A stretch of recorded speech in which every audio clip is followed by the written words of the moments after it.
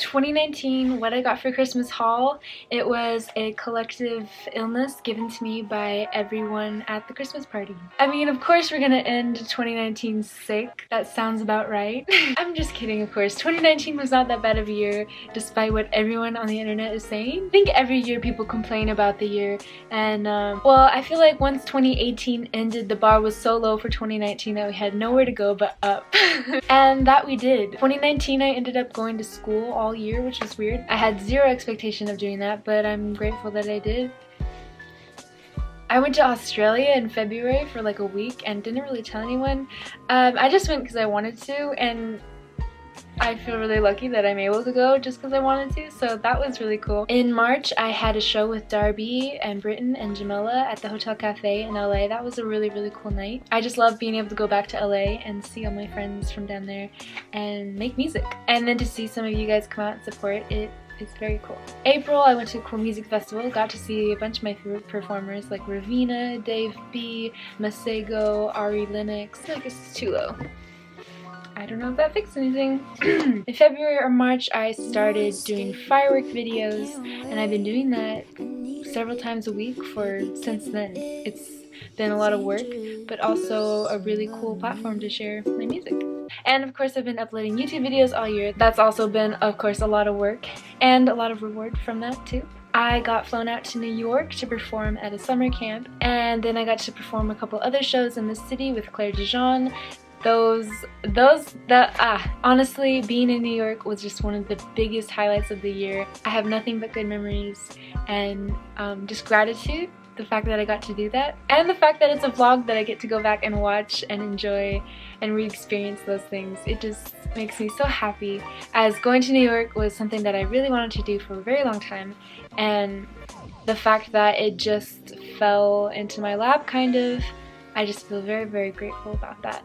Looking back over my summer as a whole was really, really insane. Right before New York, I had gone to Oregon for a little bit. The day I flew back from Oregon, I had a show in San Francisco with a couple of my friends. That was a special night for me. Also, I love San Francisco so much. It's one of my favorite cities. Just being able to play in this little quiet room with a small crowd around you listening to every song that you're playing, it was super special, and I got to play the upright bass, which I love playing, and I don't get to play live really ever because I don't really have musicians that play with me all the time, but I was able to have my friends play the guitar and the drums for me, and it was just a really, really special night. I remember afterwards walking around the city really late at night, just wandering around and just having a great time. Then the fall came and school hit really hard.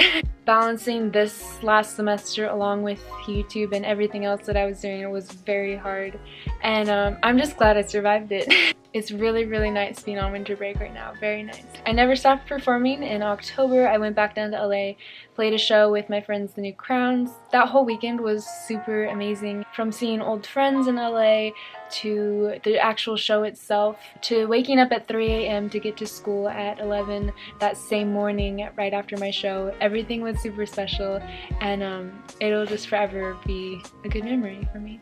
I put out 8 songs this year, all songs that I recorded, produced, wrote, did everything by myself in my bedroom on my computer.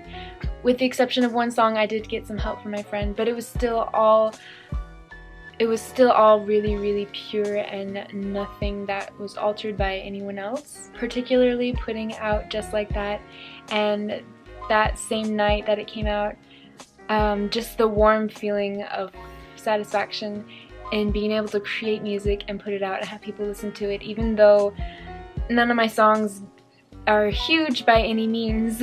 They're still appreciated by the people that find my Spotify and listen, and it just makes me really happy and want to keep putting out stuff. So I definitely will be doing that next year.